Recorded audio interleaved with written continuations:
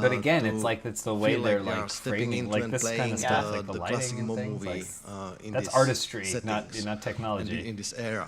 I'd So like to we are go back creating to the incredibly small-eyed guy from detailed Killing environment 4-3. across You missed him? Sicily. You never got his number. Let me see. Landscapes down to super I detailed think there is a architecture. Killing Floor 3 panel. One more Yeah, feature we are it bringing is. to this, Which, if you're just joining us now, Mafia we're going to be country, streaming even again on before Saturday. is But there the are PAX seamless panels transition. happening over the So next 3 we are days.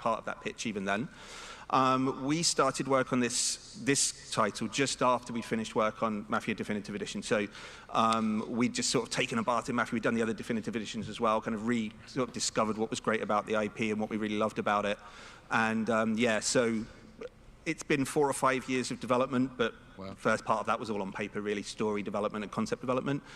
So yeah, now actually finally seeing it here and being at the show in particular is like making it very real now. Greg the game's going to come out soon. It's quite exciting. Yeah, they put so much effort into this. Boo this man! Congratulations, guys. You know what I mean? What, August is right around the corner, but I digress, of course. Before then, you have to answer to your community. Why do you lower his glasses like that? When I say we, I mean you're amazing. Community managers over here from Mafia, the old country. Thank you so much. And said, hey, who's got questions? Well, they've got answers. So we're going to read from this one.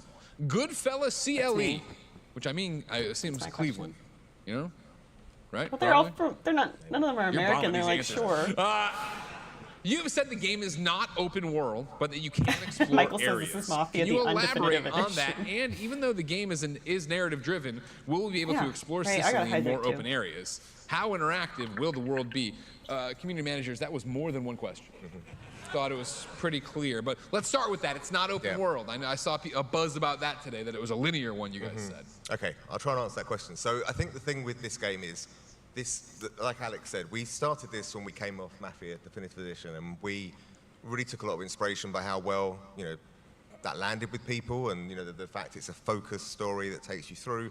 There's a world around you, but really we're pulling you through the journey. We want, these games are made for you to complete. We want you to see the story, right? So that's very much influenced the way we've created this game. So when you're going through Sicily, when you're playing the game, you're going along a golden path, you're seeing the story unfold in front of you, but there are things going on around you in the world. There's if you stop and look around, there's people in the fields harvesting crops. There's people going around their day. You can go off the path if you want and explore elsewhere. So it's probably kind side of quests and things. Beautiful world around you. Can I shove the people? Our focus has been, let's do a real polished gem, which is just something where it is super high quality AAA storytelling, super high quality gameplay, so and that's the focus. But yeah, there is a environment sometimes around feel you overwhelmed by open world, so I appreciate that this is more of a we want you to go through that golden path. I think GTA also like. I mean, very similar to Mafia 1 and Mafia 2. I mean, that's like literally the inspiration. We wanted to. Sometimes it's like we wanted to make a game that was of a similar kind of nature. If you played those games and you love those games, and it can be weird. Mafia the Old Country's got a very similar structure. GTA, where it's like, all right, drive to this guy's apartment if you want to do the next part of this quest. That's what I want out of that. Also, it feels like this covers a lot of ground. That's pretty maybe. Ebb Educational 2109. You can think of a better name. What types of missions and heists can players anticipate in Mafia the Old Country, and how will they reflect the early era of organized crime in Sicily? So, we tried to encompass a whole range of stuff when we were designing the game. We've got new scenarios that are entirely specific to the kind of things that happen in Sicily at the time. Actually, we saw some clips there of a kind of a kidnapping mission, which was very common in that time. Bandits would go and kidnap people and kind of hold them to ransom. Not something that commonly happens in American crime. But then we've got sort of similar scenarios to other Mafia games. In some cases, some intentional remixes and revisiting of some similar ideas. I mean, it's assassinations, it's killings, it's shootouts, it's all of the kind of the crime scenarios that you can imagine. And a lot of them have got like a distinctive Sicilian twist, shootouts in Greek ruins or stealth missions in catacombs and crypts, the kind of stuff that really is distinctive to the time and place. Question for me just off the top of my head here. When we're talking about this and we're talking about how deep this game is, but I also don't know the general consensus that Red Dead Redemption 2 is terrible. When you look at it and what you guys have right now back at the office, but I know what you're saying, where it's like, hey, why can't I do the action now? 60% of the just vision. because you want me to be on the wagon or whatever. Yeah, I do understand probably closer to 80%. You never get everything you want, but actually part of our goal here was to to sort of like design a game that we could deliver. So I'm from it's not more development talk now, but really we got most of what we wanted to get in the can. I mean, I like thinking of like Assassin's Creed games. I always felt like Assassin's Creed 2 series was very will there be any returning characters or references to the other Mafia games? You have a community here. This I'm that curious loves Mafia, about. right? Returning characters references, because I want to know if I need to You're know talking stuff about the on here. pantheon of protagonists. There's obviously, you're prequeling it, so we're going forward, but there's people who could come back and be like, are we doing that? Are we having that kind of crossover to make fans get excited? So we've met some of the main characters today. There are additional characters, of course, in the main cast, and there are some returning characters. I'm not going to spoil who those characters are now. But how many are there? There's four in-person returning characters. Some of them you're going to have to look quite carefully to find them, but they are one of the there. horses. They'll be babies. You'll walk by, they'll be in the hospital room. New York. You can wait and see, yeah. Pregnant, maybe someone's pregnant. Would you have horses? No, the horses are new. They're in there. Maybe. No horses. You have to look closely. Horsepower. No comment. No comment on horsepower, all right? We are just about out of time, if you can believe it, but of course, this isn't your last chance to see these fine gentlemen. After this, you can head down. They are going to be doing a signing room on level 0 right after the panel, 3:30 to 4:30. But before I let everybody go, is there anything else, Nick? Yeah, I've got one more thing to say to everyone. The first thing is, it is just 3 months today until the game comes out. So we are working super hard to bring that to We you. have to do this trip. We have to get back. As of today, you can now pre-order, and we've got a gift for you all. Those of you that are in here and watching from home. Scan the QR code, Elyse. Oh my gosh, I'm trained for this. Elyse. I'm trained for this. That knife there, that can be yours. So that's your reward for coming along today. So All right, thank we'll you. scan our scan. And we You will can see you scan in our Sicily scan on if you're August 6th. watching. You can get Everybody, your... a round Until of May applause, 12th. please. For This is hold active on. until May Every 12th. single, 11 get a.m. your QR code scanned. Well, if you're You're not watching gonna be this able to on applaud your if your phone, QR don't worry scanning. about it. Sir, how old is your phone? What was taking it? Everything good? All right, round of applause, please, for That's Hangar cool. 13. Mafia the Old Country is out August 8th. Have an amazing PAX East. We'll see you at the signing, everybody. Gary's like, I'll do some signing too. No, it's okay. We're with the Mafia. Greg, I mean, he's such a good host. Yeah. He does a great job. And he does a really good job of making you feel excited. Yeah. Well, they got you, it seems like. I think they did. I think I'm in. I think I'm very interested in that. You're going down the sulfur mines? Shoot me down the mines. Tell me where you want me to dig. Yeah. Well, that was pretty cool. That was fun. I wasn't sure how long that was because that the first game was pretty pretty quick. How long are okay. I thought you were talking about gameplay times. How long are these see how games? long- I mean, I'm gonna say probably like 30 to 50 hours, probably. So Mafia 3, the main story can be completed in around 22 to 25 hours. Extra playthrough might take 34, 40 if you're doing main story plus. Or if you want 100% completion, 50 hours, 60 hours. I wonder how long this one would be, because this is also a $50 game. Mm-hmm. And let's see, Mafia Definitive Edition. Mafia Definitive Edition. So Mafia Definitive Edition came out in 2020. And they said they started working on this after that game. So, I mean, maybe this will be a bigger game. Sean Acock says, I think of Red Dead as an interactive narrative rather than a video game. I think people dislike the way it played more than... Yeah, maybe. I think it's still... I mean, I think people still consider Red Dead very much a video game because there is so much to do. It's just that when you do get on the track to progress the narrative, it's very much... It knows how free you can be in other facets of the game. Like, if you wanted to, you're like, I'm going to go left and fight a bear, which to me is like a staple of like open world stuff. But when you do get on that track, it's like, all right, we really need you to take the wagon into this town. You know? And look, I'm not saying open world games are not good. Mm-hmm. They can be. Yeah.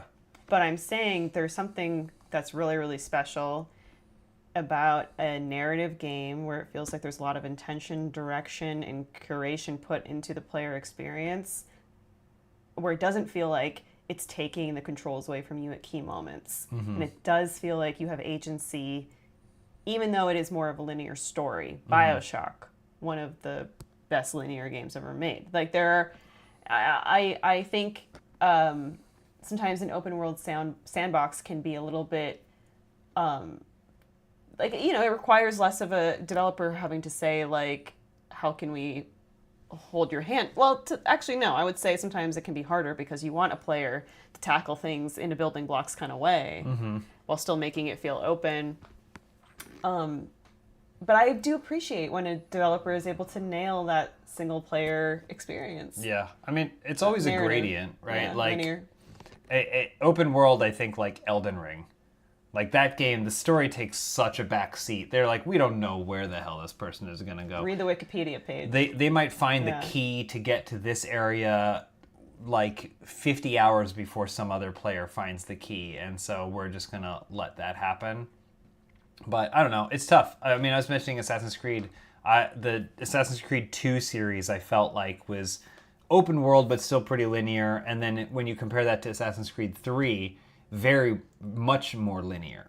Like, because there's sometimes you play yourself as a teen, and then you play yourself as an adult, and like they're moving through periods. So obviously you can't always be going back in time to experience the world the way it was. So I think there is K509. K509. Write it down. That. Yeah. And so I think they're called Zeds. Killing Floor. Maybe it's KF. Maybe it's KF. Oh, wait. What was the number? K509, but maybe it's KF09. Does the game come out on May 9th? Is that what it is? Is it the date? I don't know. But wouldn't be Killing Floor? KF. Anyway, Assassin's Creed 3 I felt like was very linear, but you could still, like, at a certain point be like, all right, I'm going to run around this region. Like, if I'm not ready to move into the next thing. And then Assassin's Creed 4 was, like, super open world. It's like, get on your boat, go wherever you want to. Who cares? Yeah. So it's just whatever your preference is. Bayersky says, why have I never noticed that James has Resident Evil 4's Ashley's ears? I've never noticed that either. Is that true? Wow. What does that even mean? Wow. What does that mean? What does that mean? No, yeah, I mean, I'm glad you pointed that out. Why did you say that? Well, I didn't say it. I just That's all I'm going to be thinking about now. What does that mean? Hold on. Resident Evil 4 Ashley ears. Early game spoilers.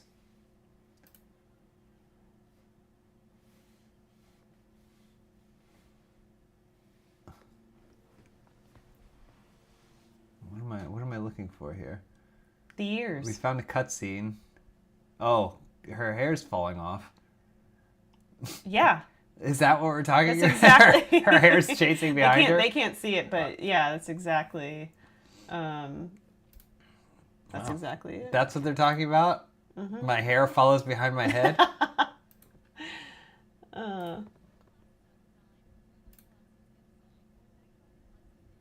I feel like her ears are way bigger than my ears. Captain Roan. Well, here's the thing is, well, you said something very nice, but we don't want to just be like, yeah, we're awesome. Yeah. But thank you. That's so nice. James does look jacked. Thank you. But are you referring to this Nexus mod where she has wolf ears? No. What about this one? Dumbo ears. All right. Well. Okay. So we are something to think about, I guess. I just want to thank everybody who has been hanging out with us while we've been watching these PAX streams. They are happening all weekend, so you can jump on and watch more cool stuff coming out of PAX, even if we're not streaming. But we will be streaming again on Saturday. And you can follow us on social to get the information about when that will be. We'll make sure to post about it. Yep. And tomorrow we're not streaming, but there's some pretty cool horror stuff happening. And then also today, you have the schedule for today, right? Yeah, later today, stuff that we can't stream and watch, but sounds really cool. The bizarre side of the Pokemon anime. Bizarre side of the Pokemon anime is probably going to be really interesting. And then also there's a Super Mario Brothers 2 and 3 speedrun, which Super Mario Brothers, that's like, I love watching all kinds of speedruns, but sometimes those classic Nintendo games are like the most entertaining one. Then on Friday, this is something we wanted to do, but we weren't able to. Dead by Daylight's 9th anniversary celebration sounds really good. And then also the Gearbox main theater show. That sounds really Friday. Iffy Wadaway's Nerd Decathlon at 2:30. So, and these are Pacific times, so be mindful of that. But yeah, I mean, there's a lot of cool stuff. There's a Jackbox stream that's happening in the evening, and then yeah, we'll be back Saturday at 8 a.m. I guess, right? No, this is Pacific time. We're looking at Pacific time. Are we? I think. Yeah. Are you sure? I believe so. Right? Well, let's scroll up to the other one. Yes, you're right. Yeah. I think so. Pacific. Okay. We'll double confirm. But, so we'll be back. Yeah, we'll be back at 11 a.m. 11 a.m. Saturday. We're killing floor 3. You're going to see your boy. Look at my boy. You're going to see your boy. I think they might be called Zeds. Those enemy guys. Mm-hmm. Not to be confused with the Canadian Z. Yeah. But yeah, so come hang out with us on Saturday as we hang out with more PAX. And if you want to keep up on PAX on your own, head to their... Where did you see the schedule for that? I went to the PAX east.paxsite.com. Okay. And you can see their whole live stream schedule. Can I see what else is on Saturday there? Yes. Let's see. The basics of VTubing. You don't need that in your life. Come on. Guys, we need to make sure Elyse doesn't watch the basics of VTubing. And then there's a sea shanties. There's something at 5:30 called sea shanties. You say yar, and it's 13 plus. And I'm like, why is it? Because the foul-mouthed sea shanties. I guess, yeah. Foul-mouthed sea shanties. And there's a Warframe dev stream happening at 3 p.m. Saturday. Magic the Gathering Final Fantasy debut showcase sounds cool too. But yeah, you can keep track of all this stuff. Follow PAX East on socials, on YouTube, PAX Official, YT. What's up next now? Coming up right now. Coming up. It was a Rick and Morty commercial. Let's see. Today's Thursday. So it is... The Psychology of Destiny. Oh, did I throw enough grenades? The Psychology of Destiny. That sounds cool. What makes Destiny so compelling? This panel explores the design choices that keep millions of Guardians on patrol. It's because it's the shooting mechanics. We would talk about this all the time. Is the popping? Yeah. It's cool. They have a lot of like psychologists that are like it isn't just devs. It's like a bunch of people like gonna talk about the science of why it's compelling. Alan Henry from PC Magazine too. Some of the game writers, artists, designers, but then also historical consultant professor of classics from Agnes Scott. So yeah, they got actual like academics to come in and talk about the psychology of Destiny. Jacob can find out why he's hooked. But yeah, that's up next, and then a bunch of other cool stuff too. So yeah, and thank you to PAX for thinking of us, asking us to co-stream on this event. Yeah, wish we were there, but even though we're not, I think it's really cool that we're getting to watch it with you guys anyway. Yeah, and if you're in the Boston area, I'm sure you can still make it out to PAX. Scooch on over there. Maybe on Saturday we'll have the couch ready to go. Yeah, we'll be back Saturday at 11 a.m. To watch some more cool stuff. And thank you so much to everyone who's been listening to Answer For It, the podcast. Yeah. The podcast that we've been doing with Zach Anner and AJ Locasio. Yeah, you can listen wherever you listen podcasts, but there's also, we put it up on YouTube as well as a podcast. I think that's in the description. But yeah, that's it. Yeah. Also, if you're in the Chatsworth area Friday night and you want to see a wrestling match, James Angel will be facing off against Busio. Why do you speak of him in the third person like that? Because James Angel didn't co-host PAX live stream. James Williams did. Okay. Different characters. Like the difference between Ninjago. My streamer persona. Ninja Gachelachi.